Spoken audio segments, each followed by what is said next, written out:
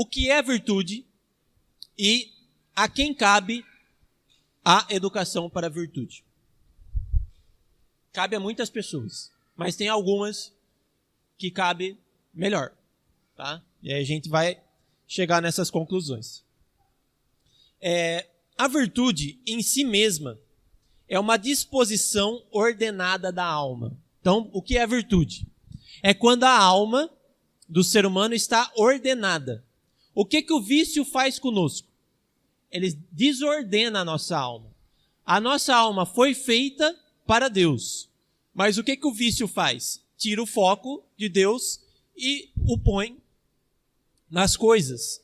E como é que a gente vive pelos vícios? O pecado original nos puxa, a gente dá o consentimento e vai indo, e vai indo, e vai indo, vai cometendo atos maus e mais atos maus, de tal forma que a gente conviva mal e comece a gostar do mal, tomar o mal como se fosse bom, e inevitavelmente a nossa alma, que foi feita para o bem, vai se desordenar pelo mal que entrou pela via do pecado, tanto da tendência do pecado original, como pelo consentimento para o vício. É assim que se desordena a alma. A virtude, o que faz então para ordenar a alma? Ela reprime as paixões desordenadas e provoca as moderadas. Ou seja, a virtude, ela não tira de nós a paixão. A paixão não somos só nós que temos. Por exemplo, o animal também tem paixão. Ele tem a paixão enquanto a concupiscência. O animal, por exemplo, gosta, tanto quanto nós, de comer, de beber, de fazer sexo e de carinho. Um cachorro, ele gosta quando você passa a mão nele. É ou não é? E a gente gosta de carinho, tanto quanto um cachorro gosta que passe a mão nele. E a gente gosta de relação sexual, porque é uma coisa boa e que tem um prazer muito bom nela.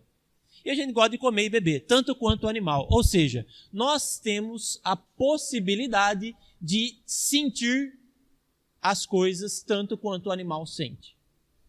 Só que, quando a gente supervaloriza essas paixões que nós temos em comum com os animais, nós ficaremos apaixonados. Ou seja, apaixonado pela bebida, pelo sexo, pelo prazer, e assim nós ficaremos viciados. A virtude vem não para tirar essas paixões de nós. Ela vem para tirar esse caráter de apaixonado que nós temos. É diferente. Permanecem as paixões, mas no seu devido lugar, de maneira ordenada. Então, uma pessoa casta não é aquela que não tem desejo sexual. É aquela que põe o desejo sexual no seu devido lugar, no seu devido momento. Ou coloca o desejo sexual a favor de Deus. Aí que está a virtude. A paixão não pode deixar de existir. Inclusive, a paixão deve existir. E nós temos que buscar vivê-la de maneira ordenada. Aí que está a questão. E aí que erram muitos hereges, principalmente as heresias do começo da igreja, quando fala que o fato de ser humano ter paixão é algo ruim. Não é ruim. Só tem que ser ordenado. E ordenado pelo quê? Por aquilo que o animal não tem. O animal não tem razão. O animal tem alma. Ele tem uma alma, segundo Aristóteles, sensitiva. Ou seja, uma alma a partir da qual ele consegue sentir as coisas, tanto quanto nós a temos. Nós também temos uma alma sensitiva. O animal não tem uma alma racional. Em hipótese nenhuma. Dá para ver que ele não tem. Por exemplo, sabe quando passa aquele bando de passarinho, às vezes até em formato de V, uma coisa maravilhosa, você tira a foto, você fala, olha que beleza, que coisa linda. Você fala isso, porque você consegue perceber a beleza das coisas. O animal, o bendito do passarinho, só sabe voar e ir para o lugar onde ele tem que ir e seguir o colega dele. Ele só sabe isso. Ele não consegue perceber a beleza. Ou seja, por quê? Porque ele não tem razão suficiente para isso. Além disso, eles não têm, obviamente, espírito, tanto quanto o ser humano tem. O animal consegue se relacionar com Deus? Não. O Deus se relaciona com ele. Agora, ele não consegue se relacionar com Deus, ele não consegue exteriorizar a sua própria ação em relação a Deus. Ele vive para ele mesmo. Tá? Então a vaca, ela fica feliz de comer grama, de comer capim, determinados capim ela fica mais feliz. Ela gosta de ter relação sexual com o boi quando ela está no cio, e beber água e coisa assim. Nada além disso. E ela está super contente quando ela é vaca. O ser humano não é feliz se ele viver em função daquilo que faz a vaca, que é comer, beber, fazer sexo. Ele tem uma alma racional e uma alma espiritual, que é justamente no espírito que Deus habita e é nele que Deus opera a graça. Tá? O São Francisco falava que os animais eram os irmãos inferiores, mas no sentido que ele é inferior mesmo. Tá? E hoje a gente está numa loucura de tratar os animais como se fossem seres humanos. Por quê? Porque o ser humano está cada vez menos humano. Ele está baixando o nível e agora ele vai tratar o animal como animal, tanto quanto ele é um animal. Não como um ser humano. Aí que está o problema. O problema é a animalização do ser humano. Ele baixou o nível, agora ele está do mesmo nível do cachorro, do mesmo nível da vaca. Ele está pensando tanto quanto um cachorro, tanto quanto uma vaca, ou até pior. Por quê? Porque o Aristóteles, ele diz que o ser humano, ele pode ser pior que o animal. E tem gente que fala assim, gente, mas o animal ama muito mais que o ser humano. Óbvio, tem seres humanos tão podres que aí não é difícil ter um amor maior que o dele. Né? Aí o cachorro, com pouca coisa, ele faz muito mais que seres humanos fazem.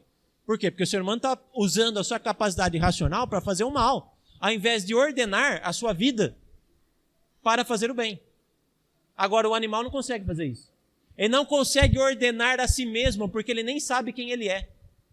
Ele nem sabe que ele é, porque ele não consegue apreender o conceito de ser. E isso é só o ser humano que consegue. O animal, ele sabe que o fogo esquenta.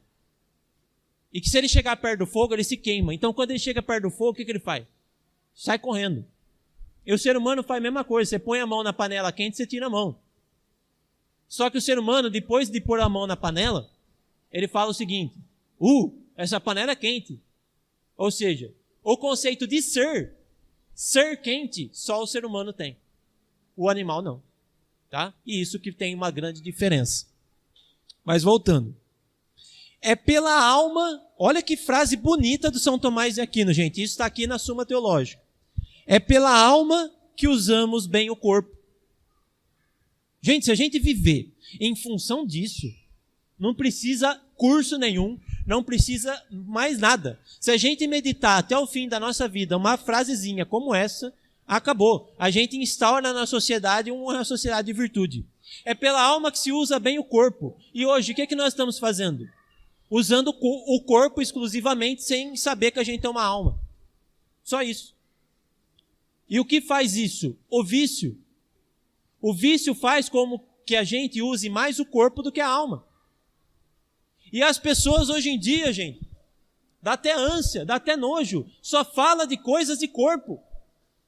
Acha que o cérebro é um corpo. Acha que a alma é um corpo, que a alma é o cérebro. A alma não está no cérebro, gente. Por quê? Porque a alma é imaterial. O cérebro é material.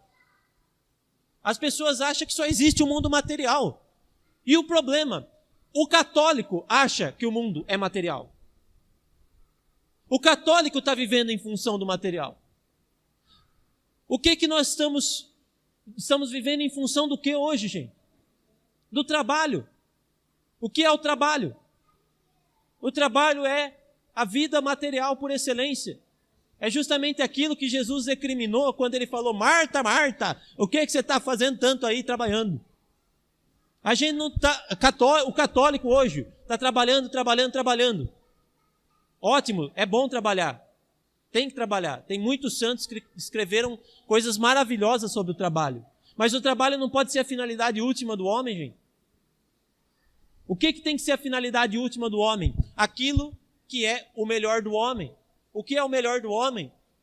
É sua alma racional e espiritual. E como que se vive em função da alma racional e espiritual? Pela oração. O que nós estamos tendo nas nossas paróquias hoje?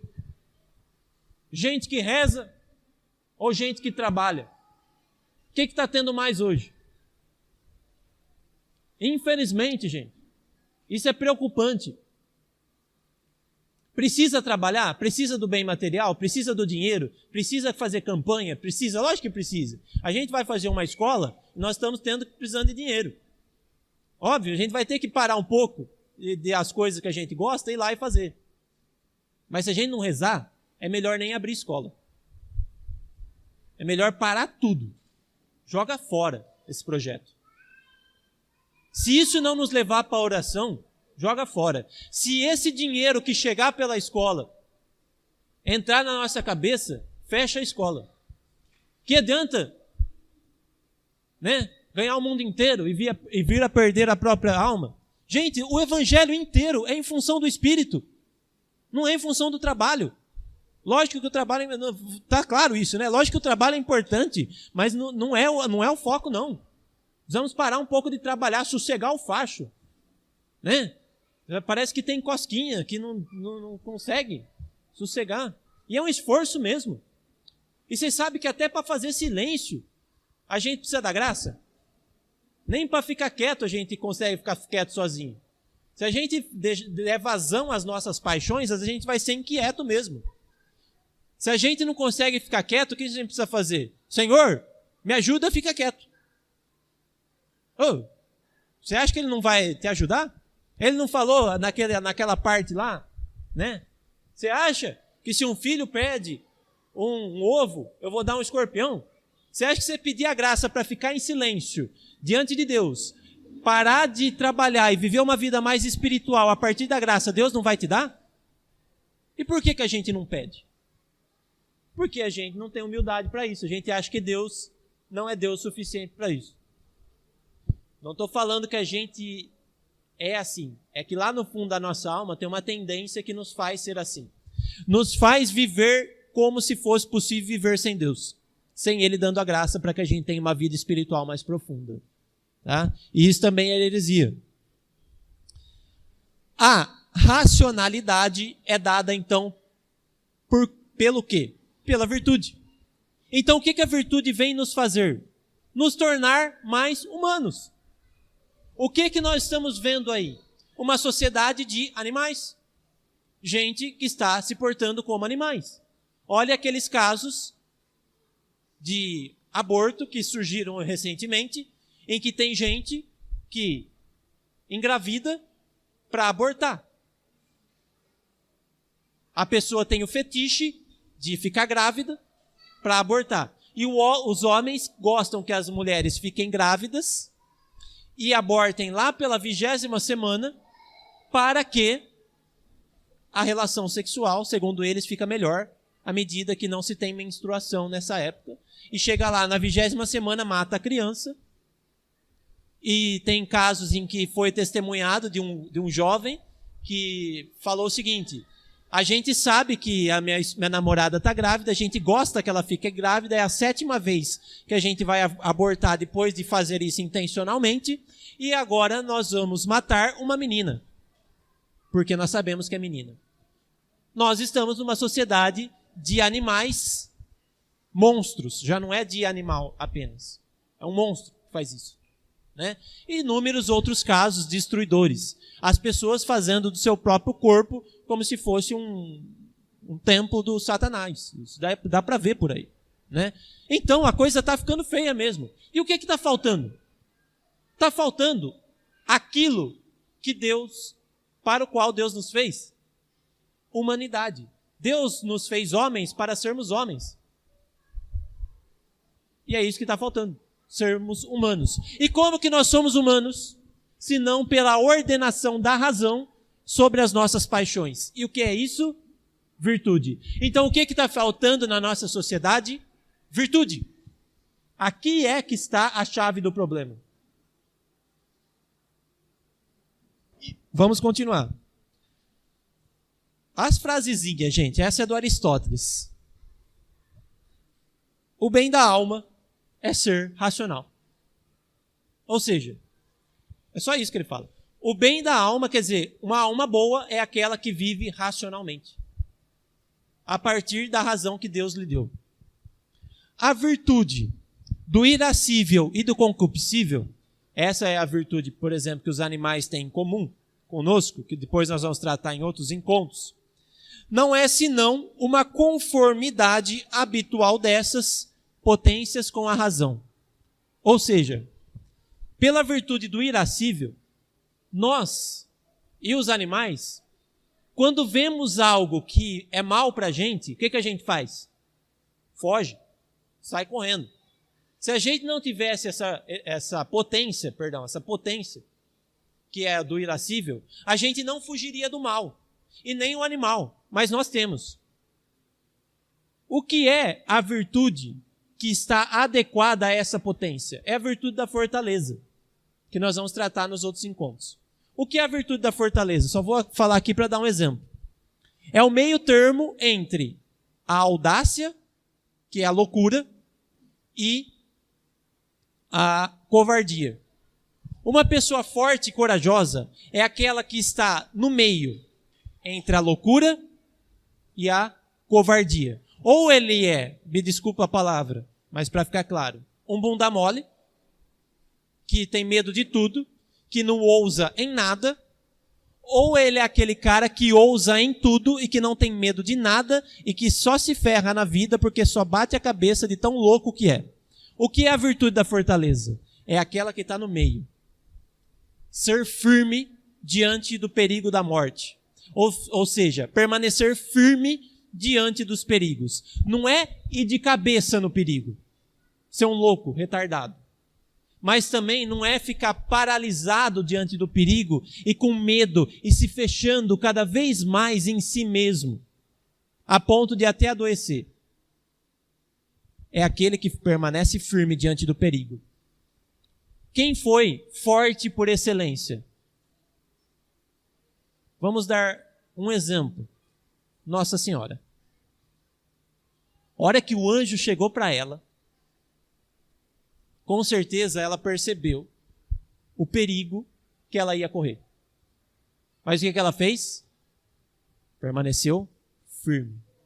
E abraçou tudo o que ela precisava, que era um projeto ousadíssimo. Salvar a humanidade como corredentora da salvação. Ou seja, ela permaneceu firme. Ela foi forte. Por isso que o São Tomás de Aquino diz que enquanto cada santo tem uma virtude em particular, que se destaca, Nossa Senhora as tinha todas, e de todas era modelo. Ou seja, ela é o modelo de fortaleza. Né? E o que é a fortaleza? O medo faz a gente parar. A loucura faz a gente ir que nem um louco de cabeça no perigo. A razão vem e fala, peraí, você não vai nem ir nem ficar, você vai permanecer firme, você vai enfrentar. E você vai estar disposto a morrer pela causa. É isso que fizeram os mártires. Os mártires foram aqueles fortes por excelência, corajosos por excelência. Tiveram a virtude. O que um mártir faz? Ele vê que entre Deus e a salvação da vida dele, racionalmente, ele opta pelo quê? Por Deus. E ele dá a vida dele. Racionalmente. O mártir é aquele que tem a razão super desenvolvida. Super desenvolvida pela graça que vem pelas virtudes teologais. E aí, a partir da virtude da fortaleza, ele está disposto a dar a vida dele por Deus. Isso é a virtude da fortaleza por excelência. Mas onde é que essa virtude está? Na razão. É o elemento racional determinando o que ele vai fazer enquanto decisão da vida dele fundamental. E a nossa sociedade está irracional. Ou seja, como é que vai ter mártir hoje em dia? Se ela está irracional. As nossas crianças vão ter essa noção, é essa a ideia. Que eles sejam dispostos a tomar uma decisão como essa. Entre eu e Deus, eu opto por Deus, porque é mais racional optar por Deus que por mim mesmo. Amar a Deus sobre todas as coisas. Né? Com toda a força, com todo entendimento. Você entendeu isso daí, o que é? É o martírio. Vamos lá. O sábio, ou seja, aquela pessoa que alcançou as virtudes, não se entristece com a sabedoria, mas sim do que lhe serve de impedimento. Hoje nós estamos numa sociedade triste. Triste por quê? Porque é viciada. A virtude faz com que a gente alcance a felicidade. Porque a felicidade do homem está naquilo que é próprio do homem, na razão. E a razão é alcançada pela virtude. Toda pessoa virtuosa, essas frases são todas da Suma Teológica, tá bom? Pois quem quiser eu posso até mandar elas, que já estão mais selecionadas. Toda pessoa virtuosa se deleita com o ato da virtude e se entristece com o contrário. Hoje as pessoas ficam tristes porque perdem o prazer. Porque perde o pirulito. Sabe quando a criança tira o pirulito da criança, ela fica triste, começa a chorar? É assim que nós estamos nos portando, como crianças, que não querem deixar seus vícios. A causa da ausência de virtude, sabe qual que é? A imaturidade. Hoje a sociedade, ela é viciada à medida que ela é imatura. E nós nos entristecemos tanto quanto uma criança se entristece à medida que se tira dela um prazer. A Giana, esses tempos aqui, está super chorando quando vai embora da casa do vô, quando para de brincar com as amigas. A hora que for embora aqui, provavelmente ela vai chorar. Por quê? Porque ela quer o prazer. E o que nós temos que fazer? Até aqui vai, até aqui não. Eu sei que você gosta de prazer, eu também gosto, minha filha. Mas nós precisamos combater os nossos instintos. Como? Sendo mais maduros, crescendo, amadurecendo, não vivendo em função do vício. Então, há uma relação fundamental entre virtude e maturidade, e entre vício e imaturidade. Por quê? Porque há uma relação fundamental entre virtude e alteridade. Quando você vive virtuosamente, você já não vive para si, você vive para o outro. Por isso que uma escola, uma educação católica, é uma educação que vive para o outro. Eu não posso pensar em mim mesmo quando eu vou abrir uma escola. Eu não posso pensar em mim mesmo quando eu vou educar um filho. Eu tenho que pensar no bem da sociedade, no bem da igreja. Mas para isso eu preciso do quê? De alteridade. E para isso eu preciso do quê? De maturidade. Tem que parar de loucura, gente. A gente precisa crescer e ver que a gente precisa fazer algo pela essa sociedade, não pela gente mesmo. O que é o vício? É aquilo que nos puxa para o egoísmo, que nós nascemos com ele, pelo pecado original.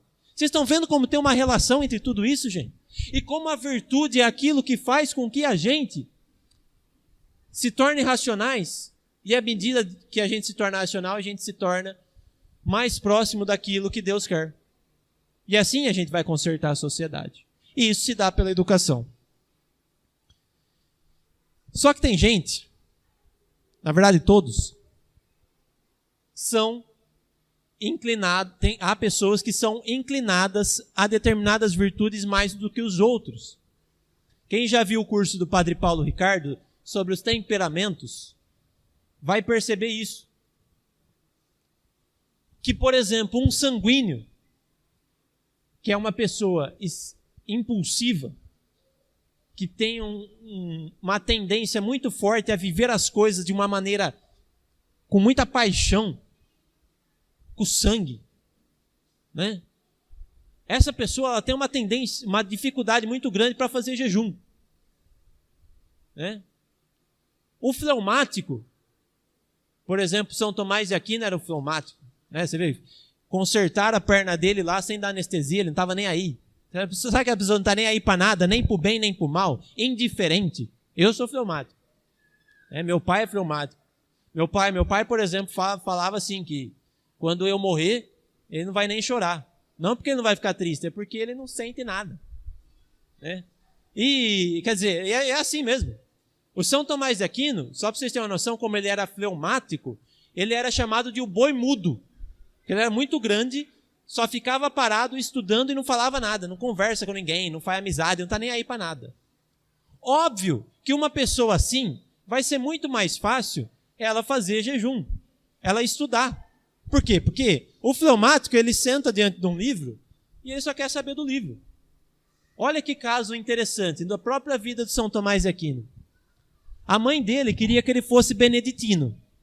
Ele queria ser dominicano, ou seja, outra ordem religiosa. A mãe dele impediu que ele fosse dominicano. Ele pegou, fugiu de casa e foi para Paris para ser dominicano. A mãe dele mandou os irmãos buscarem ele e aprisionarem ele num calabouço, colocaram ele num calabouço com uma prostituta, para ver se pervertia o homem, para ver se ele deixava de querer ser dominicano e fosse beneditino. O que ele fez?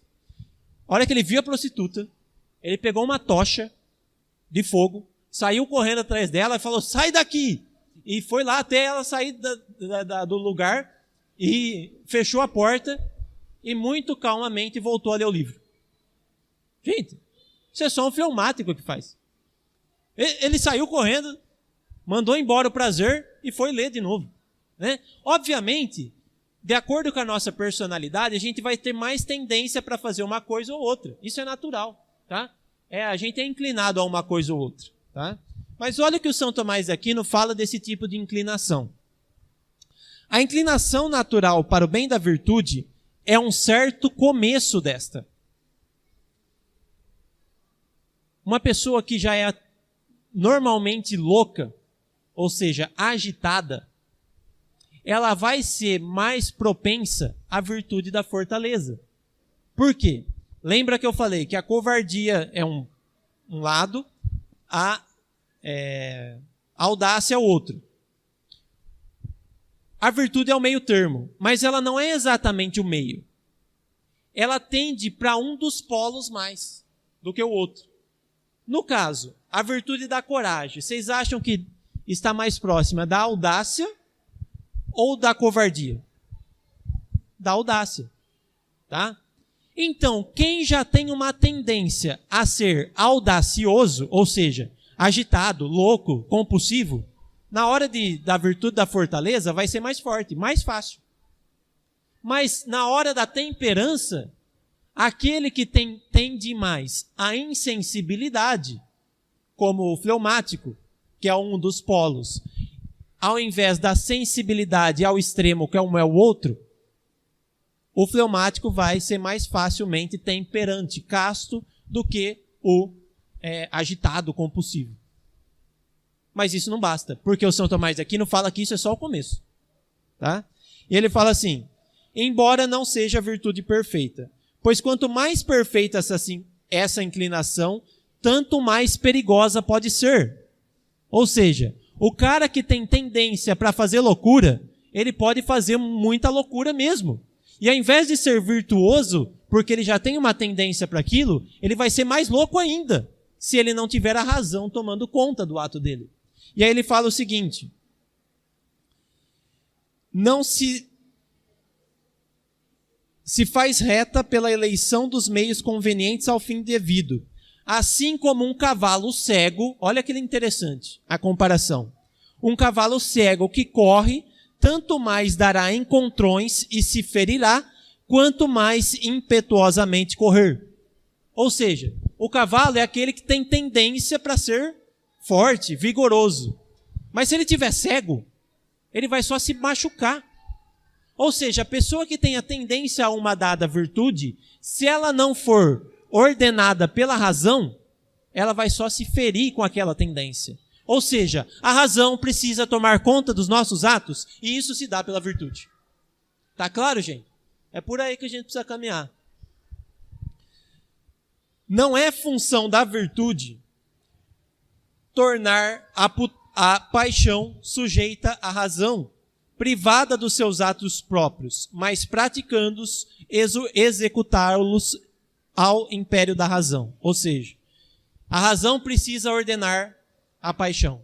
E aí, quando isso acontecer, nós teremos a virtude. Mas isso não quer dizer que vai se dar uma anulação da paixão. Tá claro? Finalizando, obviamente, chegou na nossa parte de responsabilidade.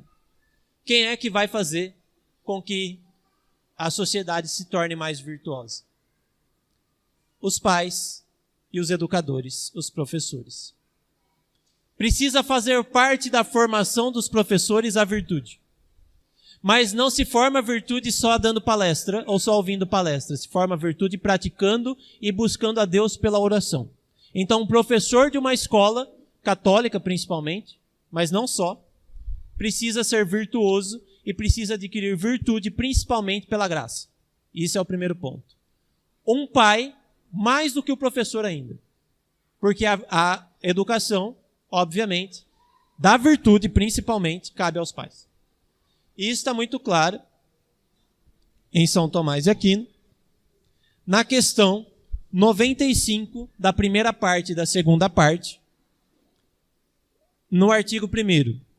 Nela, o São Tomás de Aquino diz o seguinte: o homem tem aptidão natural para a virtude, mas a perfeição mesma da virtude é forçoso adquiri-la por meio da disciplina. Ninguém vai ser virtuoso por uma via fácil. É o caminho da porta estreita mesmo. Tá? É o caminho do toma sua cruz e siga-me mesmo. Vai ser difícil. E vai ser difícil para eles. Não podemos poupar as crianças do sofrimento. Porque é justamente o sofrimento que fará deles pessoas virtuosas. Eles precisam, mais cedo ou mais tarde, saber o que é a morte. Eles precisam, mais cedo ou mais tarde, fazer jejum, penitência. Eles precisam rezar. E nada disso é agradável para as nossas paixões, sendo aquelas paixões que nós temos de comum com os animais. Ou seja, se nós não educarmos para a virtude, nós vamos criar pessoas animalizadas.